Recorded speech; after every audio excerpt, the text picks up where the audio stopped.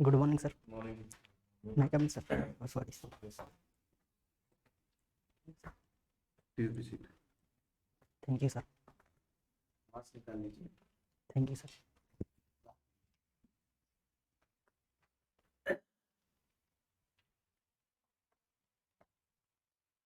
लोधी साहब, अपने बारे में कुछ बताइए। सर मेरा नाम प्रदीप सिंह लोधी है। मैं मध्य प्रदेश के दमोह जिले के शाखा गांव का रहने वाला हूं। मैंने अपनी प्रारंभिक शिक्षा गांव से ही पूर्ण की है और तत्पश्चात स्नातक होलकर साइंस कॉलेज इंदौर से की, बीएससी। और इसके पश्चात मैंने एमए हिंदी दिल्ली विश्वविद्यालय से किया है। आपको उपन्यास पढ़ने का शौक है? जी सर। किस तरह के उपन्यास पढ़ते हैं? सर मैं सामाजिक और यथार्थ के और गांव से जो जुड़े हुए प्रेमचंद उपन्यास। को पढ़ा? जी सर, प्रेमचंद को पढ़ा। प्रेमचंद के उपन्यास के ऊपर कौन सी मूवी बनी है? सर इसके बारे में सर अभी जानकारी नहीं है। अच्छा, प्रेमचंद की एक कोई बहुत अच्छी उपन्यास जो आपको लगा, जिससे कुछ प्रेरणा मिला, जिससे आपने कुछ सीखा? सर मैंने प्रेमचंद का गोदान उपन्यास को अच्छी तरह से पढ़ा है सर। और जैसे उसके जो ऊपर कोई मूवी बनी है? सर गोदान के बारे में सर नाटकीय रूप में उसको रूपांतरण किया गया है और उसके अंक के रूप में एक दर्शाया गया है। उसका क्या सारांश आप बता? सर इसमें एक होरी के माध्यम से ये पूरे किसान जीवन की गाथा कही गई है और इसके समानांतर ही एक पूंजीवाद का जो उभरता हुआ स्वरूप है वो दिखाई दिया गया है और सामंतवादी जो प्रवृत्तियां हैं उसको क्या आप एज ए प्रशासनिक अधिकारी जी उसकी क्या कौन सी सीख आप अपने कार्यकाल में यूज कर सकते हैं? सर जैसे उसमें पुलिस का चरित्र दिखाया गया है या जो शोषण का स्वरूप दिखाया गया है उसको दूर करने का मैं प्रयास करूंगा। और जो नई नई जो जैसे नारीवादी आंदोलन को भी उस दिखाया गया। उपन्यास में जितने भी कैरेक्टर हैं, जी सर। उनमें से एक कैरेक्टर आप बनना चाहे तो वो कौन सा कैरेक्टर हो? सर उसमें से सर मेहता साहब बनना चाहूँगा। मैं तो क्यों? सर उनके जो विचार हैं वो एक आधुनिक रूप विचार हैं, महिलाओं को लेकर हों या फिर जो समाज में नए विचार हों। एक कहानी और उपन्यास में फर्क क्या होता है? सर कहानी और उपन्यास में मूल अंतर सर, कहानी जीवन के किसी एक घटना को लेकर लिखी जाती है और उसी उसी के बारे में लिखी जाती है, जबकि उपन्यास में मानव जीवन के पूरे चरित्र का वर्णन होता है। जैसे उपन्यास प्रेमचंद। का मतलब क्या होता सर उपन्यास दो शब्दों से मिलकर बना है, उप प्लस न्यास। उप का अर्थ है निकट और न्यास का अर्थ है थाती या अमानत। है? तो एक ऐसी अमानत जो हमें हमारे समाज के करीब रखती है और हमें उसका बोध कराती रहती बहुत अच्छे। है। जी सर। हम तकनीक के युग में रहते हैं, तो क्या तकनीकी आज की तकनीक हमारे संस्कृत का एक सबल अंग है क्या, या दुर्बल? सर तकनीक सर दोनों प्रकार से सर इसको कह सकते हैं। सर जैसे तकनीक के माध्यम से सोशल मीडिया को कर लें तो उससे जागरूकता भी फैल आई है लोगों में और मुद्दों को आराम आराम से पहुंच बनी है।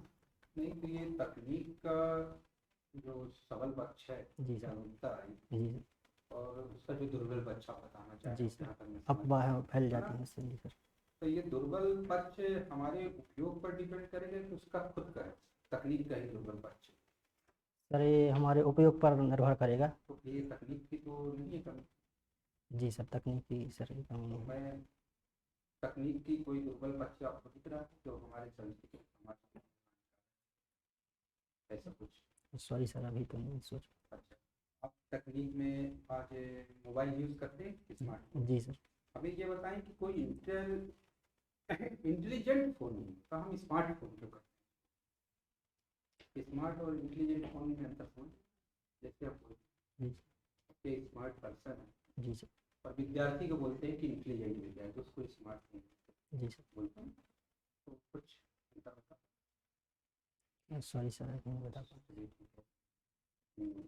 ये संचार की व्यवस्था होती है, जी सर। संचार व्यवस्था को परिभाषित कैसे करेंगे? सर कम्युनिकेशन, इसमें कम्युनिकेशन में दो रहते हैं, प्रेषक और प्रेषित, और उनके बीच एक मीडियम रहता है जिसके माध्यम से सूचना का आदान प्रदान किया जाता है। इसी को संचार व्यवस्था। ठीक है, आप अपने अधीनस्थ को या आपके नीचे जो काम करते हैं जिससे संचार स्थापित करना चाहते हैं, तो कौन से संचार को आप प्रेफर करेंगे सर व्यवहारिक रूप से? सॉरी सर, क्वेश्चन नहीं समझ पा रहा आपके सर। नीचे जो काम कर रहे हैं जी सर। और आपको कुछ संदेश देना चाहते हैं जी सर। तो उसके बीच कैसा संचार? सर औपचारिक संचार होगा। औपचारिक जी सर, और उसके आप आवेदन पत्र का जो रहते हैं उनके माध्यम से अच्छा, लेटर। एक अनौपचारिक संचार का उदाहरण बताइए। सर जो मित्रों के बीच में आपसी बातचीत हो गई, और जी सर। ठीक है। साइंस के भी विद्यार्थी हैं, साइंस में सबसे आपका रुचिकर विषय कौन सा? सर साइंस में मैंने भौतिकी विषय भौतिकी। लिया। भौतिकी को अगर हम समझना चाहें तो भौतिकी एक लाइन में बताइए कि होता है। सर भौतिकी एक विज्ञान है, विज्ञान ही है, जिसके अंतर्गत हम गति, बल और चुंबकत्व वगैरह इन सब का अध्ययन करते हैं। और तो भौतिकी के अंदर हम रासायनिक पदार्थ जो होते हैं जी सर। उनका भी अध्ययन करते हैं। सर अब वर्तमान में सर जो मॉडर्न फिजिक्स है, उसके अंतर्गत जो परमाणविक फिजिक्स जिसको कहते हैं, एटॉमिक फिजिक्स, हाँ। उसके अंतर्गत सर रसायन भी एक दूसरे से जुड़े हुए सब्जेक्ट हो गए हैं सर। और गैस। सर गैस का सर जी। अच्छा, अगर हम बात करें बार्नौली के बेसिक सिद्धांत, सुना है आपने? जी सर, बार्नौली का सर। क्या होता है? उपयोगिता एक बता दीजिए। ये अगर बॉटल रखी हुई है, बॉटल फुल रही है, जी सर। तो कहाँ पर मैं होल्ड करूँ कि वो मैक्सिमम दूरी तक जाए? सर इसके अगर बार्नौली सिद्धांत आपने पढ़ा तो सर मैंने पढ़ा है सर, अभी मैं पूरी तरह से याद नहीं कर पा रहा हूँ सर, पर अगर इसके बॉटल के नीचे छेद किया जाए तो सर। नीचे करें कि ऊपर करें कि मिड में करें? नीचे करने से। और आर्किमिडीज सिद्धांत पढ़ा फ्लावर? जी सर, आर्किमिडीज का सिद्धांत पढ़ा है। क्या? सर जब कोई वस्तु किसी द्रव में तैरती है तो जितना बल नीचे लगाती है उतना ही उसको ऊपर दबाव उत्पन्न होता है, जिससे वो तैरती रहती है। इसका व्यवहारिक जीवन में कहीं उपयोगिता दिखती है?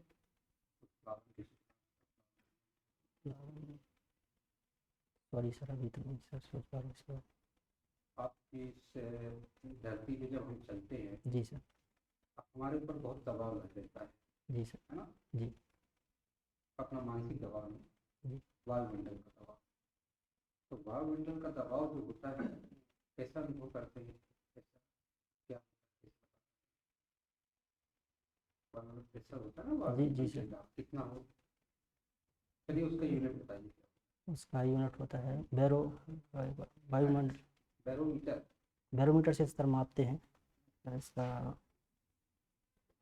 अभी सर याद नहीं कर पा रहा। परिभाषित कैसे करें? सर एक इकाई क्षेत्रफल के ऊपर लगाए गए बल को ताप कहते हैं। तो अगर हम बताते हैं कि आपका जो हेड का साइज है 3/4 है, जी सर। 4/4 सेंटीमीटर, जी। उसमें कितना था? सॉरी सर, इसके बाद फिर भी बताइए, कैलकुलेट करके 3/4। 3/4 नहीं सर, कवि प्रदीप के बारे में। जी सर। जी सर। सर कवि प्रदीप उज्जैन, मध्य प्रदेश के उज्जैन के रहने वाले थे, बड़नगर के, और इन्होंने गीतकार थे जो देश प्रेमी गीत लिखा करते थे। जी सर, देशभक्ति गीत एक तो 1962 में चाइना के युद्ध के बाद लिखा था इन्हें, ये मेरे वतन के लोगों जरा याद करो कुर्बानी, और आओ बच्चों तुम्हें दिखाएं झांकी हिंदुस्तान की, इनके भी लिखा था इन्हें। पिछड़ा वर्ग, आरक्षित वर्ग से आते हैं। वर्तमान में क्राइटेरिया क्या सर के सॉरी सर प्रीमियर वगैरह तो चलता है ना? जी जी सर। हाँ, निर्धारित होता है सर आरक्षण का लाभ मिलना है, किसको नहीं मिलना। जी सर। क्या सर क्रीमी लेयर की वर्तमान में सर सीमा 8 लाख रुपए वार्षिक है, तो और उससे ऊपर जो इसमें आते केवल इनकम को ही बनाया गया है या इसके अलावा कुछ जैसे संपत्ति, चल अचल, जमीन, मकान, प्लॉट वगैरह, इसको भी इसमें रखा गया? सर जहाँ तक मुझे सर जानकारी है अभी तो इनकम की ही वैसे 8 लाख, और संपत्ति के बारे में सर अभी आज गणतंत्र दिवस मना है? जी सर, अभी मैं सर कहीं जा नहीं पाया, लेकिन सर न्यूज़पेपर में पढ़ा है गणतंत्र दिवस के बारे में। कौन से नंबर का है? सर 73वां गणतंत्र दिवस है। क्यों मना रहे हैं इसको? सर 26 जनवरी 1950 को हमारा संविधान लागू हुआ था। बन तो गया था 49 में, 49 में संविधान बन गया, तो ऐसी क्या मजबूरी है कि संविधान निर्माताओं की कि संविधान को 2 महीने बाद लागू कर?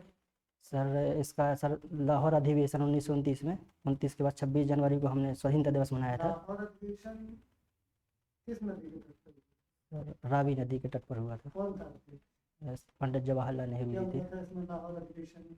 सर इसमें डोमिनियन स्टेट को छोड़ करके भारत के स्वाधीनता के लक्ष्य को रखा गया था कि स्वराज्य ही प्राप्ति अब भारत का लक्ष्य है।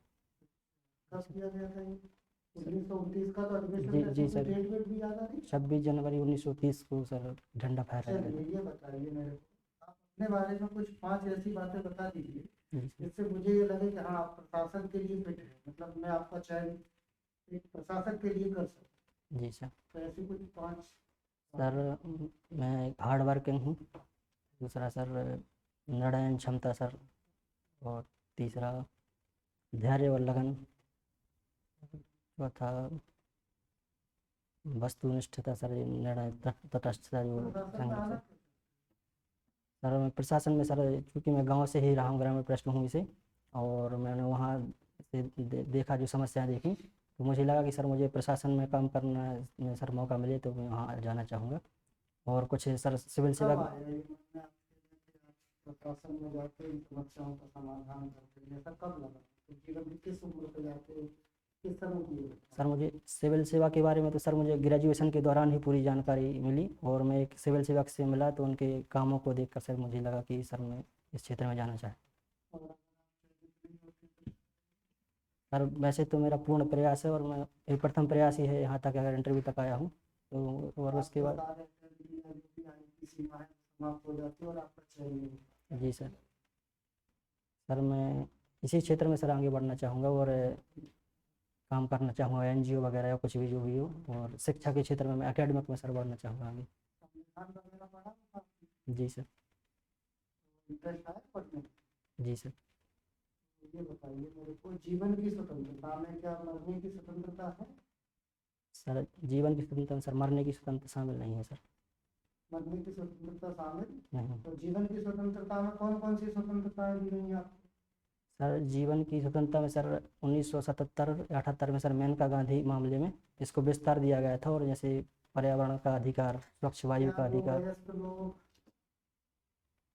सर, महिला और पुरुष, जी सर। वयस्क हैं, जी सर। दोनों हैं, तो क्या किसी होटल में रूम लेके रह सकते हैं? सर क्या अगर ये अधिकार है इसके अंदर? सर अगर वयस्क हैं तो सर रह सकते हैं, क्योंकि वो उनकी जीवन की स्वतंत्रता का अधिकार है। तो फिर पुलिस परेशान क्यों करती सर मुझे इसके बारे में सर जानकारी नहीं है। बाकी अगर वयस्क हैं तो रह सकते हैं सुप्रीम कोर्ट में। जी सर। जी सर। जी। बाकी आपको इसमें पिता भी आपको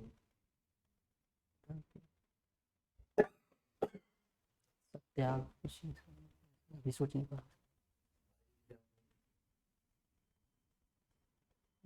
सत्याग, भाईचारा। बहन की आपको सबसे दादाजी की आपको दादाजी की आप वात्सल्य। सर यही सब वात्सल्य प्रेम।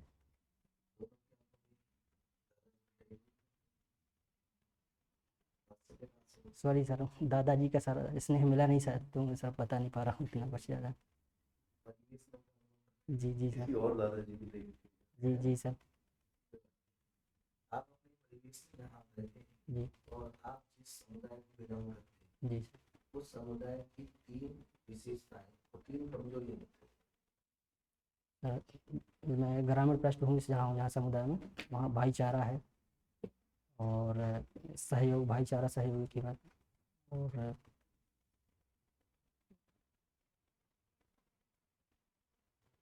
सर अभी भाईचारा और सहयोग ही सर समझ पा रहा हूँ मजबूती में।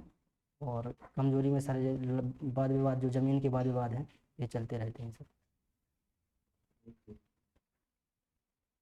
और ऐसा कह सकते हैं कि ग्रामीण पृष्ठभूमि के जो लोग हैं वो सबकी सब कुछ दृष्टिकोण में होते हैं।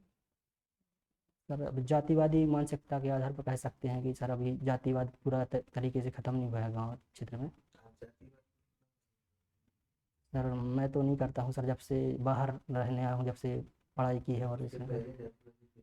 उसके पहले सर मैं जो जहाँ तक वहाँ तक सोच पाता था, वो जो गांव के जब पढ़ा था तो उस समय लगता था, लेकिन जब बाहर आया और पढ़ा, संविधान को पढ़ा, इन सब चीज़ों को आपके पढ़ा। क्षेत्र में जातिवाद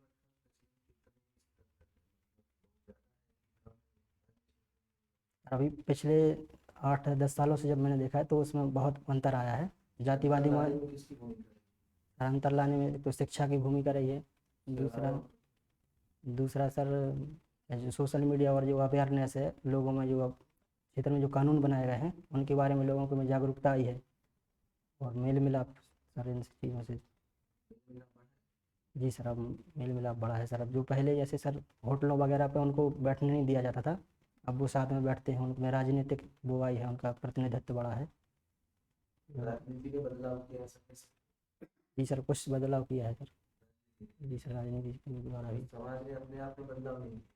समाज में भी सर बदलाव हुआ है सर। ये सभी कारण हैं जो कम थोड़े थोड़े जिसके कारण बदलाव आए मेरा हैं। एक प्रश्न अधूरा छूट गया था, जी सर। क्या आप पूरा करना चाहेंगे? प्रश्न ये था कि एक राजनीतिज्ञ और एक प्रशासक के बीच बेसिक अंतर क्या है? जवाब दो। जी सर। सर राजनीतिक सर लोगों के द्वारा जो चुने हुए जो नेता होते हैं उनको राजनीतिज्ञ बोलते हैं सर, और प्रशासक स्थायी कार्यपालिका के अंतर्गत उनको चुना जाता है।